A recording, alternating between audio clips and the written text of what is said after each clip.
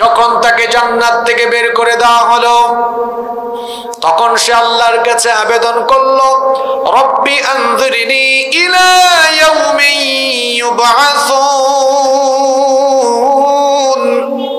পুনরুত্থান দিবস পর্যন্ত আমাকে সুযোগ দাও, আমাকে অবকাশ দাও।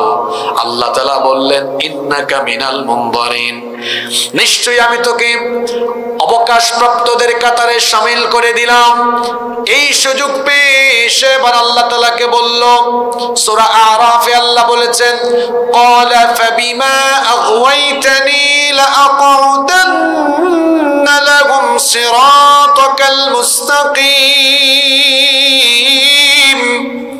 সে তখন বলল, যে আদমের কারণে তুমি আমাকে জান্নাত থেকে বের করে দিয়েছো, এই আদম এবং তার বংশধরদেরকে সিরাতুল মুস্তাকিমের পথে, দ্বীনের পথে চলতে বাধা দেওয়া, এটা হবে আমার প্রধান এবং প্রথম কাজ। সে আরো বলল, সুম্মা লাআতিয়ান্নাহুম মিন বাইনি আইদিহিম ওয়া মিন খালফিহিম ওয়া আন আইমানিহিম ওয়া আন শামাইলিহিম ওয়া লা তাজিদু আকসারাহুম শাকিরিন। আমি এদেরকে সামন দিক থেকে, পিছন দিক থেকে, ডান দিক থেকে, বাম দিক থেকে, সকল দিক থেকে প্রতারণার জাল বিস্তার করে আমি এদেরকে আমার ফাঁদে ফেলে, আমার খপ্পরে ফেলে আমি এদেরকে জাহান্নামে নিয়ে যাব। তাহলে আমাদেরকে জান্নাত দিবেন, এটা হলো আল্লাহর ওয়াদা, আর আমাদেরকে জাহান্নামের পথে নিয়ে যাওয়া, এটা হলো কার ওয়াদা? আরো জোরে বলেন, কার ওয়াদা? এই ওয়াদা করে সে কিন্তু বসে নাই, সার্বক্ষণিক সে কাজ করে যাচ্ছে। আর শয়তানকে শয়তানি করার জন্য আল্লাহ তাআলা দুইটা বিশেষ ক্ষমতা দিয়েছেন। এক নাম্বার ক্ষমতা হলো শয়তান মানুষের রক্ত কণিকায় বিচরণ করতে পারে। বুখারী এবং মুসলিম শরীফের হাদিস, আল্লাহর নবী বলেছেন, ফা ইন্নাশ শাইতানা ইয়াজরি আহাদিকুম মাজরাদ দাম। আল্লাহর নবী বলেছেন, শয়তান তোমাদের রক্ত কণিকায় বিচরণ করে করে তোমাদেরকে ধোঁকা দিতে পারে। কি জিনিস এটা চিন্তা করেন। আপনার রগের ভেতরে রক্ত কণিকায় ঢুকে ঢুকে আপনাকে ওয়াসওয়াসা দিতে পারে। আবার শয়তানের আশ্চর্যজনক দুই নাম্বার ক্ষমতা হলো, সে যে কোনো সময় যে কোনো মানুষের সুরত ধারণ করতে পারে। কেবলমাত্র একজন মহামানবের সুরত সে ধারণ করতে পারে না। তিনি আর কেউ নন, তিনি আমার আপনার প্রিয় নবী, রাহমাতাল লিল আলামিন, খাতামুন নবিয়্যিন, আশরাফুল আম্বিয়া ওয়াল মুরসালিন, রাহমাতাল লিল আলামিন, মুহাম্মাদুর রাসূলুল্লাহ সাল্লাল্লাহু আলাইহি ওয়াসাল্লাম। বুখারী শরীফের হাদিস, আল্লাহর নবী বলেছেন, মান রাআনি ফিল মানাম ফাকাদ রাআনি, মান রাআ ফিল মানামি ফাকাদ রাআনি, যে ব্যক্তি আমাকে স্বপ্নে দেখলো সে যেন সত্যিকার অর্থে আমাকেই স্বপ্নে দেখলো। ফা ইন্নাশ শাইতানা লা ইয়াতামাসসালু ফি সূরাতি, কারণ শয়তান সকলের সূরত, সকলের আকৃতি ধারণ করতে পারলেও আমি নবীর সূরত কখনো শয়তান ধারণ করতে পারে না। সুবহানাল্লাহ পড়বেন না আপনারা? তাহলে শয়তান যেহেতু নবীর সুরত ধারণ করতে পারে না, সেই নবীকে কেউ যদি স্বপ্ন যুগে দেখে সে সত্যিকার অর্থেই নবীজিকে দেখলো। সুবহানাল্লাহ। আর যে চক্ষুর স্বপ্ন যুগেও নবীজিকে দেখবে, রাসূলকে দেখবে, সেই ব্যক্তির জন্য জাহান্নাম হারাম করে দিয়েছেন কে? হে রব, তুমি আমাদেরকে স্বপ্ন যুগে হলেও তোমার হাবিবের দিদার নসিব করে দিও। আমিন বলতে পারলেন না? আরো জোরে বলেন আমিন। নবীজিকে স্বপ্নে দেখা আমল করতে পারেন, চেষ্টা করতে পারেন। সে আমলটা কি? বেশি বেশি নবীর উপর দুরূদ পড়েন। নবীর উপর বেশি বেশি দুরূদ পড়লে নবীর সাথে একটা মহব্বত তৈরি হবে। ওই যে একটা হাদিস আছে, আল্লাহর নবী বলেছেন, দুনিয়াতে তোমরা যে যত বেশি আমার উপরে দুরূদ পড়বে, কিয়ামতের দিন সেই ব্যক্তি তত বেশি আমার কাছাকাছি থাকতে পারবে। কিয়ামতে যদি কাছাকাছি থাকা যায়, তো দুনিয়াতে কি স্বপ্নে দেখার সম্ভাবনা অন্তত আছে না নাই? দুরূদ পড়বেন তো? আল্লাহ তৌফিক দান করেন। তাহলে শয়তানের আশ্চর্যজনক দুইটা ক্ষমতার কথা বলছিলাম। সে রক্তকণিকায় বিচরণ করে আপনাকে ধোঁকা দিতে পারে, আর আরেকটা কি বললাম, সে সুরত ধারণ করে আসতে পারে, মানুষের সুরতে আসতে পারে, মানুষের সুরত ধরে আপনাকে এসে ধোঁকা দিতে পারে। আর শয়তান তো শুধু জিনের ভেতরে নয়, শয়তান তো মানুষের ভেতরেও আছে। কারণ শয়তান কিছু মানুষকে প্রথমে তার মুরিদ বানায়, অনুসারী বানায়, তারপরে এই অনুসারী যখন নিজেদেরকে একটু আপডেট করতে পারে, যখন তারা শয়তানের গোলামি করে করে শয়তানকে খুশি করতে পারে, শয়তান তারা আর মুরিদ রাখে না, তখন প্রমোশন দিয়ে তারে খেলাফতি দেয়। কি দেয়? আপনারা শুনতেছেন তো কথা? আজকে একটু ব্যতিক্রমী কথাবার্তা শুনবেন, মনোযোগ থাকবে তো? বলছিলাম শয়তান প্রথমে মানুষের মধ্যে কিছু লোককে মুরিদ বানায়, আর যখন এই লোকগুলো শয়তানের গোলামি করতে করতে শয়তানকে খুশি করে, তখন শয়তান তার ক্লাস বাড়ায় দেয়, গ্রেড বাড়ায়, গ্রেড বাড়ায় বলে তুই আর আমার মুরিদ না, আমার খেলাফতি দিয়ে দিলাম। ইন্না লিল্লাহি ওয়া ইন্না ইলাইহি। আমি তো কথাগুলো বানায় বলতেছি না, শয়তান যে মানুষের ভেতরে আছে। আপনাদের ঠোঁটের আগায় মুখস্থ সূরা, এটা সবার জানা আছে, পড়েন আমার সাথে। কোরআনে কারীমের শেষ সূরা সূরাতুন নাস। সওয়াবের নিয়তে একজন বাবা একজন ভাইও চুপ না থেকে আমার সাথে একটু তেলাওয়াত করেন, সবাই আমার সাথে পড়েন। আল্লাযী ইউওয়াসওয়িসু ফি সুদুরিন নাসি মিনাল জিন্নাতি ওয়ান নাস। মানুষের অন্তরে প্ররোচনা দানকারী শয়তান মিনাল জিন্নাতি, জিন থেকেও আছে, ওয়ান নাস, মানুষ থেকেও। তাহলে মানুষের ভেতরেও শয়তান আছে না নাই? আমাদের সোনাগাজীতে অবশ্য শয়তান নাই, আছে। আপনি ফাইন্ড আউট করবেন কেমনে, বের করবেন কেমনে? চেহারা সুরতে বেশভূষায় মানুষ হলেও যে ব্যক্তি সারাদিন কাজ কারবার আঞ্জাম দেয় শয়তানের, সে হলো মানুষ রূপী আস্ত একটা শয়তান। এখন প্রশ্ন হলো শয়তানের কাজ কি? শয়তানের কাজ কি? শয়তানের বহু কাজ আছে, সব বলতে গেলে ধারাবাহিক কয়েকদিন তাফসীর মাহফিল করা লাগবে। আমি আজকে গুরুত্বপূর্ণ আমাদের সমাজে চোখের সামনে পরিদৃশ্যমান 5টা শয়তানি কাজের কথা বলবো। এই কাজগুলো করে যারা মানুষরূপী শয়তান। আপনাদের মনোযোগ আছে নাকি? আজকে যে 5টা আমলের কথা বলবো, আজকে যে 5টা শয়তানি কাজের কথা বলবো, এগুলো কিন্তু আপনাদের গ্রামেও মিলে যেতে পারে। আসমানের উপরে আর জমিনের নিচের ওয়াজ হবে না, ওয়াজ হবে বাস্তবমুখী, একদম যা আপনার চোখের সামনে আছে, ঘটে, মিলে, এ ধরনের কথা হবে। কোনো একটা কথা যদি আমার নিজের সাথে মিলে যায়, আমি তওবা করে আজকে বাড়ি যাব আর নিজের জীবনকে পরিবর্তনের সিদ্ধান্ত নিয়ে এখান থেকে যাব ইনশাআল্লাহ। তাহলে মানুষের ভিতরেও শয়তান, যদি বলেন আছে না? এরা কারা? মানুষ হয়েও শয়তানের কাজ আঞ্জাম দেয় যারা মানুষরূপী শয়তান হলো।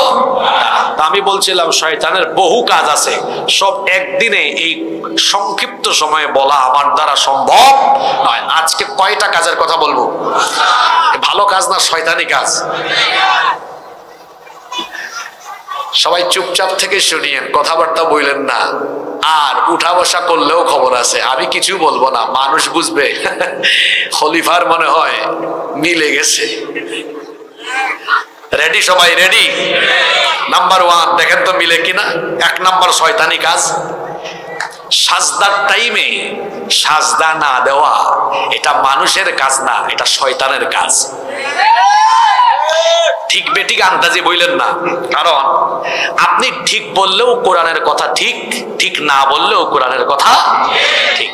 বরং আপনারা একটা কাজ করবেন, সওয়াব কামানোর একটা প্রসেস আপনাকে বলে দিই। যখন আপনি আল্লাহ তাআলার বরত্বের কথা শুনবেন, মাহফিলে ঠিক বলে না উঠে চিৎকার করে বলে উঠতে পারেন আল্লাহু আকবার।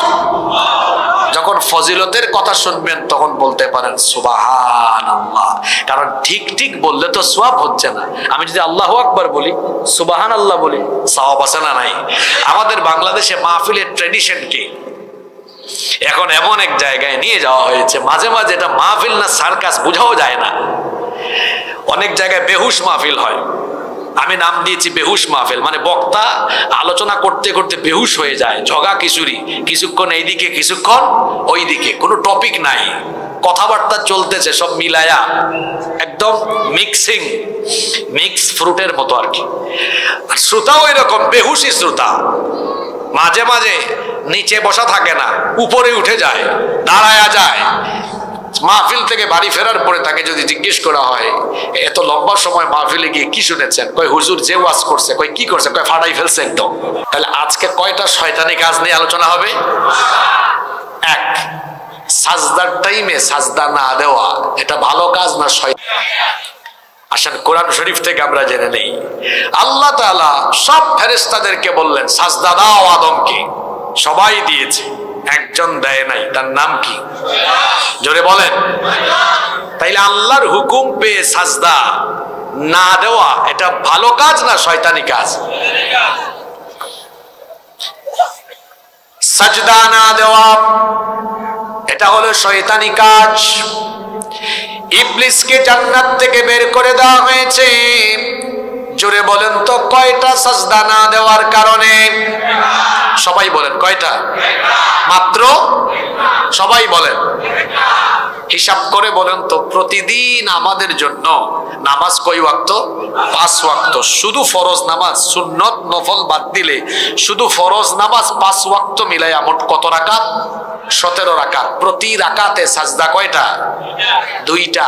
তাহলে 17 দ্বিগুণে, তাইলে প্রতিদিন আমাদের জন্য ফরজ রাকাতের সাজদার সংখ্যা মোট হলো কতটা? 34টা। ইবলিস এক সাজদা না দিয়ে জান্নাত থেকে আউট হয়ে গিয়েছে, আর আমরা 34টা সাজদা ডেইলি কাজা করে জান্নাতে যাওয়ার জন্য রেডি হয়ে আছি। মনে হয় জান্নাত আমার মামুর বাড়ি, আমার নানার বাড়ি। কথা বুঝতে পেরেছেন? ইবলিস সাজদা না দিয়ে জান্নাত থেকে বের হলো। সেই ইবলিস কি চাইবে সাজদার টাইমে, নামাজের টাইমে আপনারা আল্লাহকে সাজদা দেন? এটা কি ইবলিস চায়? জোরে বলেন, ইবলিস চায়? ইবলিস এটা চায় না। এই জন্য নামাজের টাইমে ইবলিস এসে মানুষকে সবচেয়ে বেশি ধোঁকা দেয়। কি করে আপনাকে নামাজ থেকে দূরে রাখা যায়, কি করে আল্লাহর গোলামের পরিবর্তে শয়তানের গোলামি করা যায়। এই জন্য হাদিস শরীফে এসেছে শয়তান কোন সময় হাসে আর কোন সময় কাঁদে। আল্লাহর নবী বলেছেন যখন কোনো ব্যক্তি আল্লাহ তাআলাকে সাজদা দেয়, সাজদার এই দৃশ্য দেখে মনের বেদনায় ইবলিস তখন ওই ব্যক্তির কাছ থেকে দূরে চলে যায় আর অনবরত সে কান্না করে। আল্লাহর নবী বলেছেন যখন কোনো ব্যক্তি সাজদা দেয় ইয়তাজালা শাইতানু ফায়াবকি, ওই ব্যক্তির কাছ থেকে ইবলিস দূরে চলে যায়। ফায়াবকি, অতঃপর সাজদার দৃশ্য দেখে কান্না করে। ওয়ায়াকুল, এবং বলতে থাকে উমির ইবনু আদম বিসসুজুদ, আদম সন্তানকে সাজদা দেওয়ার আদেশ দেওয়া হয়েছে। ফাসাজাদা ফালাহুল জান্নাহ, অতঃপর সে সাজদা দিয়ে আল্লাহর জান্নাত হাসিল করে ফেলেছে। সুবহানাল্লাহ। ওয়া উমিরতু বিসসুজুদ, আর আমাকেও তো সাজদার হুকুম দেওয়া হয়েছিল। ফাআবাইতু, আমি সে আদেশ অমান্য করে ফালিন্নার, জাহান্নামের বাসিন্দা হয়েছি। এই হাদিস আপনাকে আমাকে কি বার্তা দিল? আমরা যখন নামাজের টাইমে নামাজে গিয়ে আল্লাহকে সাজদা দেই ইবলিস তখন কাঁদে, আর আমরা যখন নামাজে যাই না ইবলিস তখন হাসে। যদি হাদিসটা বুঝতে পারেন একজন বাবা এবং একজন ভাইও চুপ থাকবেন না। সবাই বলেন তো দেখি, আমরা নামাজে গেলে সাজদা দিলে ইবলিস হাসে না কাঁদে? আর আমরা নামাজে না গেলে ইবলিস? খুব বুদ্ধিমান মানুষ আপনারা, এবার ভালো করে বুঝে শুনে বলেন নামাজের টাইমে আপনারা ইবলিসকে হাসাবেন না কাঁদাবেন? যারা বললো না তারা মনে হয় ইবলিসের কাছ থেকে খেলাফতি নিয়ে ফেলেছে। সবাই বলেন নামাজের টাইমে ইবলিসকে হাসাবেন না কাঁদাবেন? পুরুষের মতো বলেন, দুর্বল মুসলমান আমি দেখতে পারি না।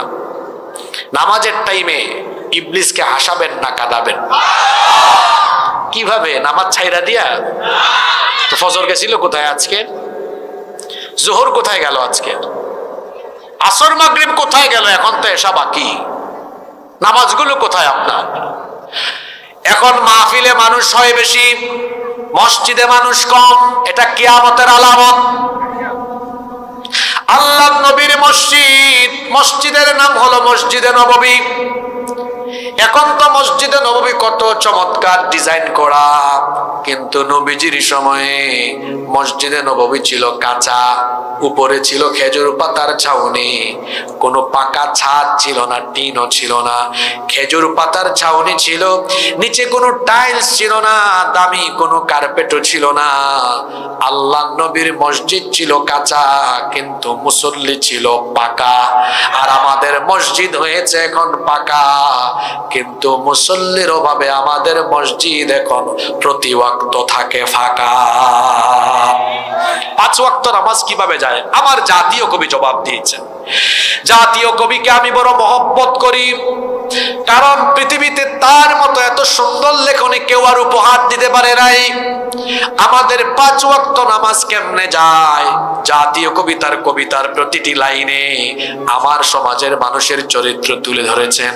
কবি বলছেন, ঘুমাইয়া কাজা করেছ ফজর, তখনও জাগনি যখন যোহর, হেলায় খেলায় কেটেছে আসর, মাগরিবের ওই শুনি আযান, এখনো জামাতে হরে শামিল, এখনো এর সাথে আছে স্থান, বাজিছে দামামা বাদ্রে আমামা, শির উঁচু করি মুসলমান, দাওয়াত এসেছে নয়া জামানার, ভাঙা কেল্লায় উড়ে নিশান।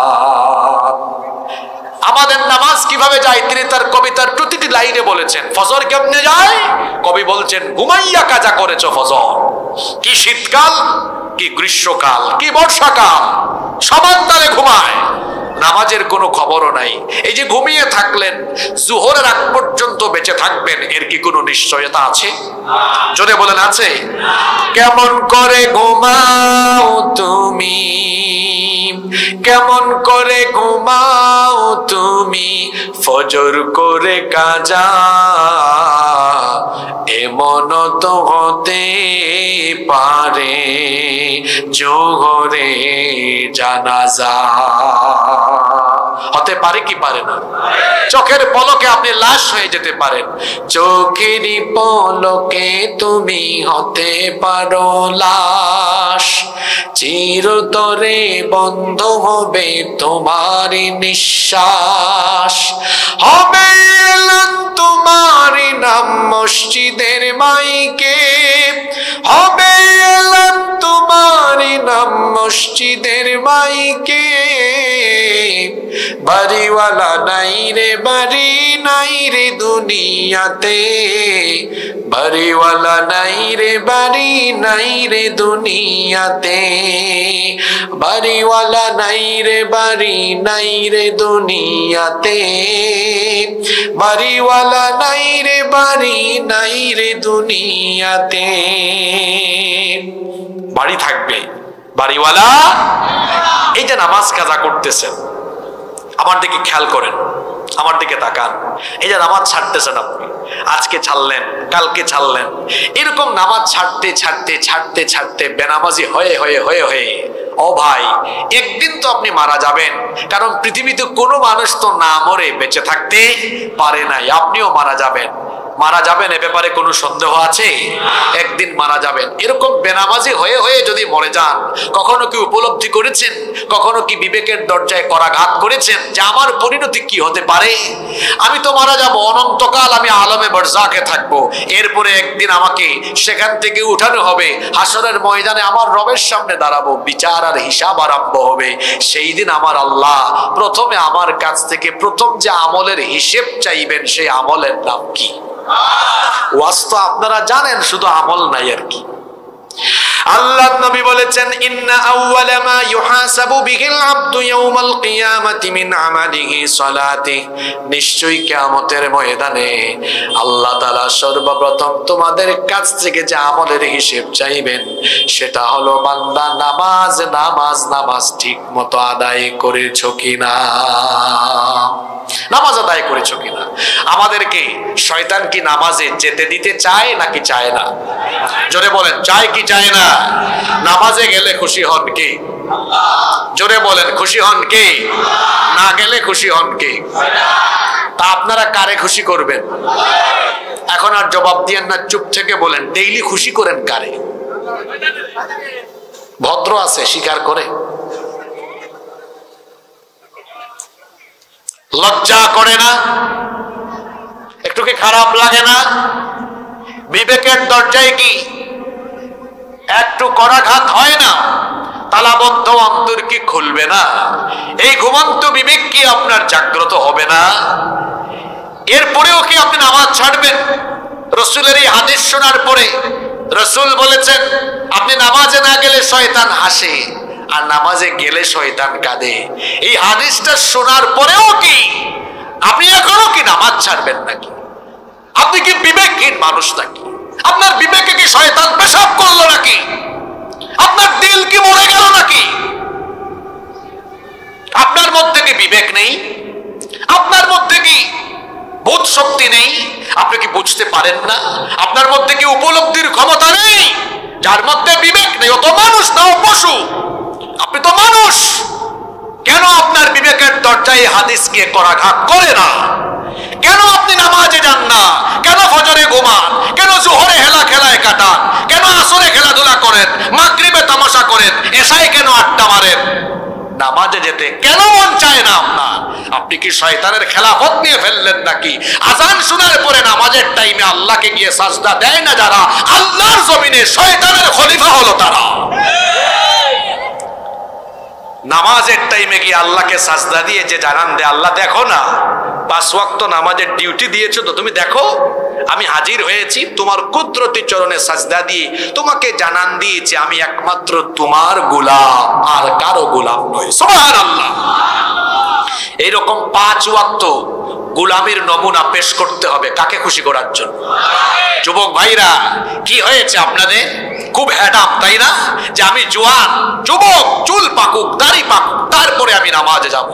তোমার মতো কত ছাত্র, কত যুবক, কত তরুণ 20 বছরের আগে দুনিয়া থেকে নাই হয়ে গিয়েছে। পৃথিবীতে আসার সিরিয়াল আছে, যাওয়ার কোন সিরিয়াল। এই চরলক্ষ্মীগঞ্জ কুটির হাটে দেখবেন মাঝে মাঝে দাদা বা নানা তার নাতির লাশ কবরে নামায়। বাবা জীবিত, ছেলে মারা গেছে, ছেলের লাশ কবরে নামায়। গত কিছুদিন আগে আমার এলাকায় 17 বছরের এক ইয়াং ছেলে মারা গেল। চলে যাচ্ছে মানুষ এরকম। আপনি বুড়া হবেন, তারপর মসজিদে যাবেন, নামাজ আদায় করবেন, এটা শয়তানের পজিটিভ ধোঁকা। জোয়ান কালের ইবাদতের দাম কম না বেশি? জোরে বলতে হবে। যুবক বুড়া মানুষের মতো আওয়াজ দিলে চলবে না, যুবক যুবকের মতো বলবে। যৌবন কালের ইবাদতের দাম কম না বেশি? কত বেশি? যৌবন কালে ইবাদতে 2 ফায়দা আছে। কয়টা ফায়দা? একটা দুনিয়াতে, আরেকটা দুনিয়ার ফায়দা কি? বুড়া হয়ে যাবে, কোমরে ব্যথা, মেরুদণ্ডে ব্যথা, হাঁটুতে ব্যথা, কিরায় ব্যথা। বুড়া হওয়ার পরে আগের মতো লম্বা টাইম নিয়ে রুকু সাজদা দিতে পারে না, যৌবনকালের মতো এত স্মার্ট ভাবে নামাজ আদায় করতে পারে না। ফেরেশতা কয়, আল্লাহ এই বান্দা তো আগের মতো নামাজ আদায় করতে পারে না, সওয়াব কেমনে লিখতাম? আল্লাহ বলেন, তার আমলনামা একটু পিছনে ফিরে যাও, একটু পেছন দিকে যাও, গিয়ে দেখো যৌবনকালে কি করেছে। পেছন দিকে আমলনামা উল্টায় দেখবে, আল্লাহ এই বান্দার তো যৌবনকালের খবর ভালো। আল্লাহ বলেন, কি হয়েছে? আল্লাহ তো সব জানেন, জিজ্ঞেস করছেন কি? তখন ফেরেশতা বলে, আল্লাহ যৌবনকালে তোমার বান্দা আজানের টাইমেই রেডি হয়ে মসজিদে এসে যৌবনকাল পুরাটাই তোমাকে সাজদা দিয়েছে, সুন্দর নামাজে ছিল। আল্লাহ বলেন, ফেরেশতা আমার বান্দা যৌবনকালে শক্তি ছিল বলে সুন্দরভাবে নামাজ আদায় করেছে, বুড়া হয়ে গেছে তো আগের মতো পারে না, সওয়াব এখন কমায় দিও না। যৌবনকালে যেমন পূর্ণ সওয়াব দিতা, বুড়া কালেও পরিপূর্ণ সওয়াব লিখো। আর আখিরাতের ফায়দা কি? আল্লাহ বলবেন, চরলক্ষ্মীগঞ্জের ইয়াং তরুণ যুবক ছেলেগুলা কোথায়? ফেরেশতারা বলবে, আল্লাহ এদেরকে দিয়ে কি করবেন? কি করবো বুঝো না? এই ছেলেগুলা যৌবনকালে আমার এত সাজদা দিল, আজকে হাসরের ময়দান কত কঠিন, সূর্য মানুষের মাথার নিকটে, হাসরের ময়দান তামা হয়ে যাচ্ছে, মানুষের কষ্ট দেখো না, মাথার মগজ গলে গলে বেয়ে বেয়ে পড়ছে। এই যুবক ছেলেগুলোকে বের করে তাড়াতাড়ি আনো, আর আমার আরশে আজিমের ছায়ার নিচে তাদেরকে জায়গা দান করো। সুবহানাল্লাহ। চল্লক্ষীগঞ্জের যুবক তরুণ ছেলেরা কি আরশে আজিমের নিচে কাল কিয়ামতে জায়গা পেতে চায় না? জোরে বলেন, চান কি চান না? চাইলে কি করতে হবে? সালাত কায়েম করো, সালাত কায়েম করো, হবে সম্মানী তুমি, হবে জান্নাতি তুমি, দেবে কাল হাসরে শীতল ছায়া আরশে আযীম। রব্বিয়াল আলা, রব্বিয়াল আযীম, রব্বিয়াল আলা, রব্বিয়াল আযীম। তাহলে বলেন, নামাজের টাইমে নামাজ আদায় না করা এটা মুমিনের কাজ না শয়তানি কাজ? জোরে বলেন। এই শয়তানি কাজ কি এলাকায় থাকবে? আমরা ইবলিসকে, মিস্টার ইবলিসকে কাদায়া কাদায়া এই এলাকা থেকে বাইর করে দিব। রাজি আছেন? নামাজ ছেড়ে না আদায় করে। কারা কারা আল্লাহর গোলামের জন্য নামাজ আদায় করে করে শয়তানকে এই এলাকা থেকে ভাগাবেন? হাত তুলে আল্লাহকে দেখান তো।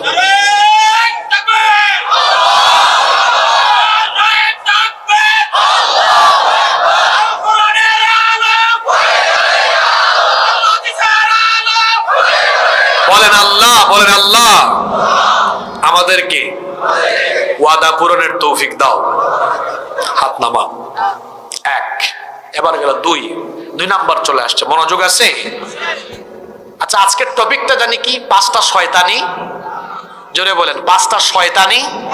এক নাম্বার শয়তানি কাজ নামাজ আদায় না করা। দুই নাম্বার শয়তানি কাজ কি? দুই নাম্বার শয়তানি কাজ হলো সময় নষ্ট করা। এখন এমন এক যুগ, যুব সমাজ সবচাইতে বেশি কি নষ্ট করে? আর সময় নষ্ট করার একটা যন্ত্র তাদের হাতে আছে, তার নাম কি? এখন সময় নষ্ট করা এটা যে শয়তানি, এটা আমি কোন জায়গা থেকে বললাম?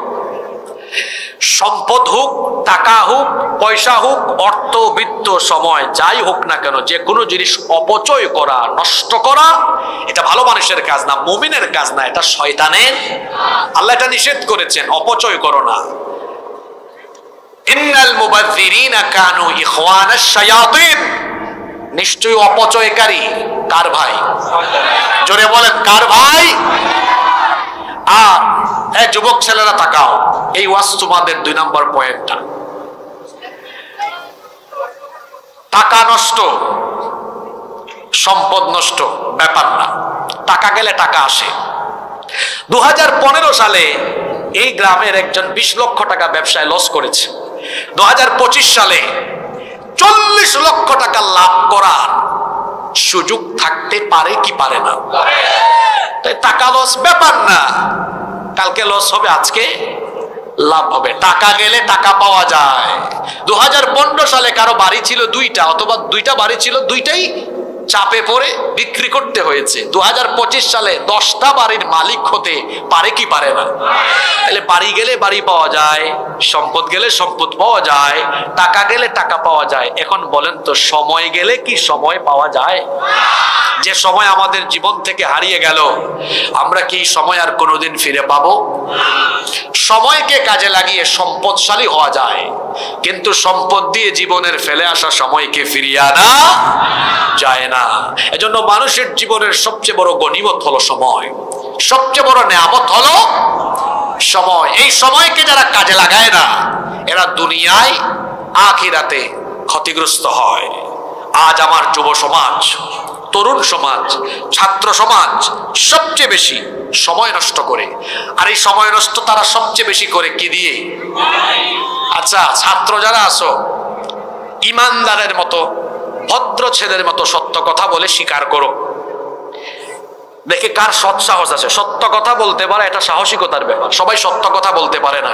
দেখি এখানে কে আছে যে সৎ সাহস নিয়ে সত্য কথা অকপটে স্বীকার করতে পারে?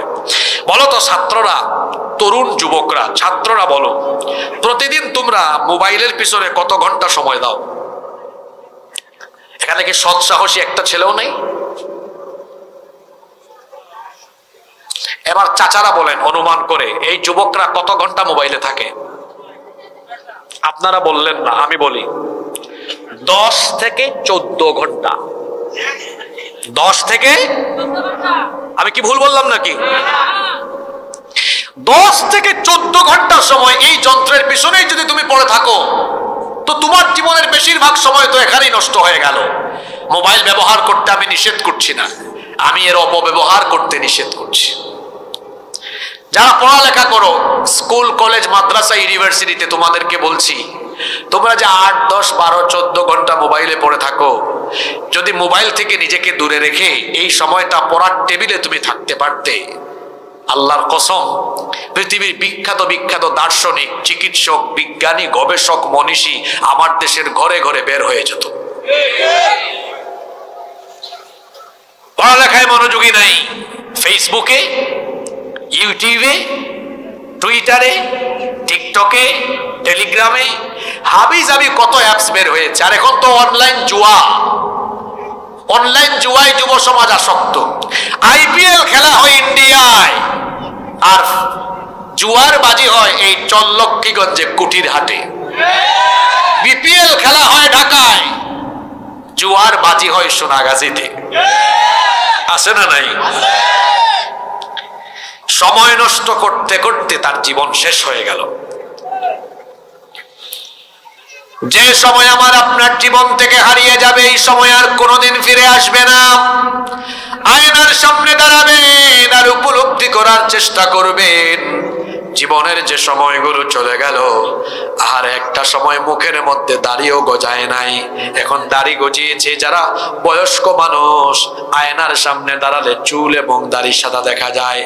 আয়নার সামনে দাঁড়ালে চক্ষু বন্ধ করে একটু পিছনের দিকটা মনে করার চেষ্টা করলে মনে হয় সেই দিন আমি কিশোর ছিলাম, মাঠে ঘাটে খেলতাম, সেই দিন আমি তরুণ ছিলাম, সেদিন স্কুলে পড়তাম, কলেজে পড়তাম, ইউনিভার্সিটিতে পড়তাম, মনে হয় সেদিন বিয়ে করলাম, বাচ্চা কাচ্চা হলো, এখন নাতি নাতনি পেয়ে গিয়েছি, আর শরীরের চামড়াটা কুচকে গিয়েছে, মনে হয় কবরে যাওয়ার টাইম চলে এসেছে।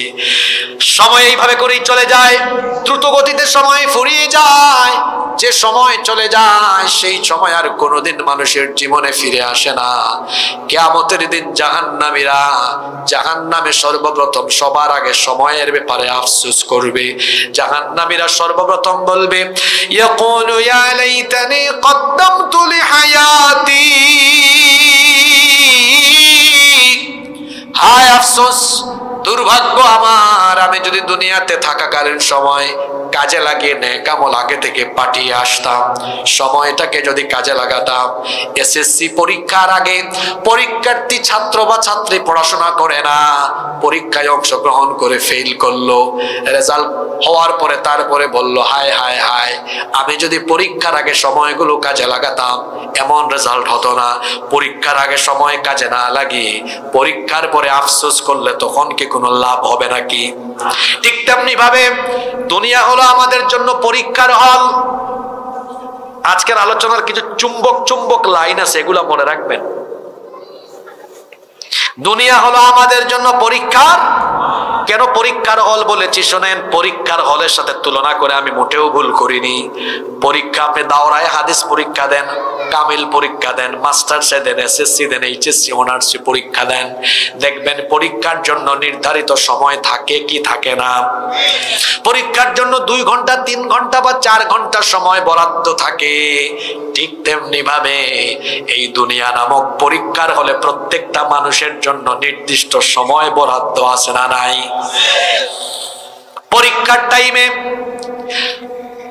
ওই সময় শেষ হয়ে গেলে পরিদর্শক যেভাবে খাতা টান দিয়ে নিয়ে চলে যায়, ঠিক তেমনি ভাবে দুনিয়ায় যার যার হায়াত শেষ হয়ে গেলে মালাকুল মউত এসে রূহ নিয়ে চলে যায়। দেখেন পরীক্ষার হলের সাথে দুনিয়ার জীবনকে কেন আমি তুলনা করলাম। পরীক্ষার 3 ঘন্টা সময় নষ্ট করে কেউ যদি খাতায় না লিখে, প্রশ্ন অনুযায়ী উত্তর যদি না দেয়, সে যেমন ফেল করবে। দুনিয়ার 30, 40, 50, 60 বছরের হায়াত পেয়ে এই হায়াতকে কেউ যদি কাজে না লাগায়, সেও কিন্তু দুনিয়ার হায়াতের পরে আফসোস করবে। এজন্য আল্লাহ নবীর একটা হাদিস আমার মনে পড়ে গেল। নবীজি বলেছেন, আল্লাহ নবী বলেছেন, মা মিন আহাদিন ইয়ামুতু ইল্লা নাদিম, এমন কোন মানুষ নাই যে মানুষ মরণের পরে আফসোস করবে না। সাহাবীরা বললেন ওয়ামা নাদামাতুহু ইয়া রাসূলুল্লাহ, আমরা বলি সাল্লাল্লাহু আবু আল্লাহর নবী, মরণের পরে মানুষ কি নিয়ে আফসোস করবে?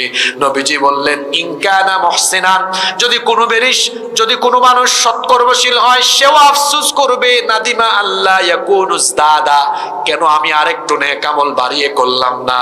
কারণ জান্নাত তো একটা নয়, জান্নাতের দুয়ার আছে মোট কয়টা? 8টা। আমি যদি আরেকটু নেকি বাড়িয়ে করতাম জান্নাতে আমার মর্যাদা বাড়তো, আফসোস করবে কেন আরো বেশি আমল করলাম না। আল্লাহর নবী বলেছেন ওয়া ইন কানা মুসিআন নাদিমা আল্লাহ ইয়াকুনু নাযা, আর পাপী তাপী দুরাচারী গুনাহগার সেও আফসোস করবে, হায় রে হায়, কেন আমার সময় থাকতে তওবা করে পরিশুদ্ধ আমল করে আমি এখানে আসলাম না। আফসোসের কারো কোনো শেষ থাকবে? তো দুনিয়ার এই পরীক্ষার হলে, আচ্ছা ভালো ছাত্র কি পরীক্ষার হলে কলম কামড়া কামড়ি করে ডানে বামে তাকায় না, শুধু লিখে? তাহলে ভালো ছাত্র ভালো মোমেন্টকে দুনিয়ায় সময় নষ্ট করে না সময় কাজে লাগায়? এজন্য দেখবেন বুজুর্গ ব্যক্তিদের কাছে যাবেন, কিতাব থেকে শুধু জ্ঞান অর্জন করা যায় না। এজন্য আমাদের উস্তাদরা বলতেন কিতাব পড়বা, উস্তাদদের সান্নিধ্যে থাকবা, আর বুজুর্গ ব্যক্তিদের কাছ থেকে সুহবত নিবা। কারণ জ্ঞানী গুণী মানুষের সাথে চলাফেরা করলেও চলাফেরায় অনেক কিছু শেখা যায়, শুধু কিতাব পড়ে জ্ঞানী হওয়া যায় না। এজন্য পৃথিবীর বিখ্যাত বিখ্যাত বুজুর্গ ব্যক্তিদের জীবনী পড়বেন, তারা যেমন কিতাব পড়েছেন তেমনি তারা তাদের উস্তাদদের জুতা টেনেছেন, ব্যাগ বহন করেছেন।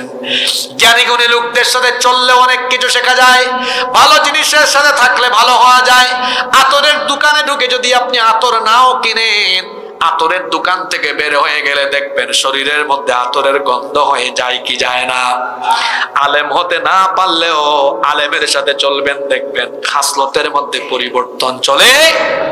গুন্ডার সাথে চললে গুন্ডামি শেখা যায়, আলেমের সাথে চললে পরে ইলম আমলের ধাঁচে থাকা যায়, ঠিক কিনা?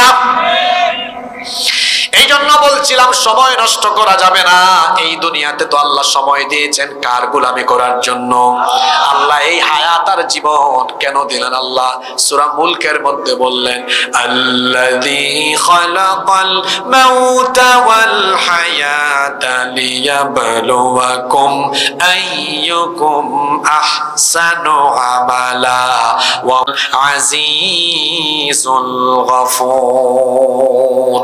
জীবন আর মৃত্যু এর মাঝখানের সময়টা আল্লাহ কেন দিয়েছেন? আল্লাহর কোরআনের শব্দ চয়নের নমুনা কতই না চমৎকার। আল্লাহ বলেছেন এর জন্য দিয়েছি লিয়াবলুয়াকুম, পরীক্ষা করার জন্য। বললাম আল্লাহ কোন বিষয়ে আপনি আমাদেরকে পরীক্ষা করবেন? আল্লাহ বললেন আইয়ুকুম আহসানু আমালা। আলেমরা বুঝবেন আল্লাহর শব্দ চয়নের নমুনা কত সুন্দর।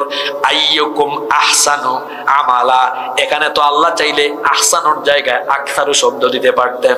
আল্লাহ বলতে পারতেন আইয়ুকুম আকসারু আমালা।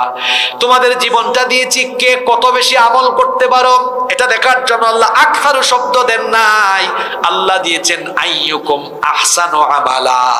কত সুন্দর কথা। পরীক্ষার হলের সাথে তো আহসান শব্দটা খাপ খায়, আকসার শব্দ খাপ খায় না।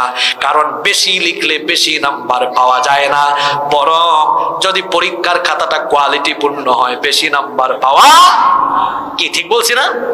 এক ছাত্র 51 পৃষ্ঠা লিখেছে, 00 পেয়েছে, কারণ লেখা কোয়ালিটিফুল না। প্রশ্ন একটা উত্তর দিয়েছে, আর একজন 10 পৃষ্ঠা লিখেছে, A+ পেয়েছে, তো লিখলো কম, নাম্বার পাইলো। আল্লাহ আকসারু আমালা, বেশি আমলের কথা বলেন না, আহসানু আমালা, উত্তম আমল চেয়েছেন আল্লাহ। অর্থাৎ দুনিয়াতে যতদিন আপনি থাকবেন, ওই যে একটা হাদিস, ইন্নাল্লাহা ইউহিব্বু ইযা আমিলা আহাদুকুম আইয়ুতকিনা আমালু, আল্লাহ সে আমল পছন্দ করেন যে ব্যক্তি কোনো আমল সুন্দরভাবে সুচারুভাবে গুছালোভাবে করে। এই হায়াত, এই জীবন দেওয়া হয়েছে, এই সময় দেওয়া হয়েছে। What is life? সময়, আপনার জীবন কি? ওই যে ইমাম হাসান বসরি রহমতুল্লাহ আলাইহি খুব সুন্দর কথা বলেছেন, যথার্থ বলেছেন তিনি। ইবনে আদম, হে আদম সন্তান, ইন্নামা আনতা আইয়াম, তিনি মানুষকে বলেছেন ইন্নামা আনতা আইয়াম, ইন্নামা আনতা আইয়াম, নিশ্চয়ই তুমি হলে কয়েকটা দিনের নাম।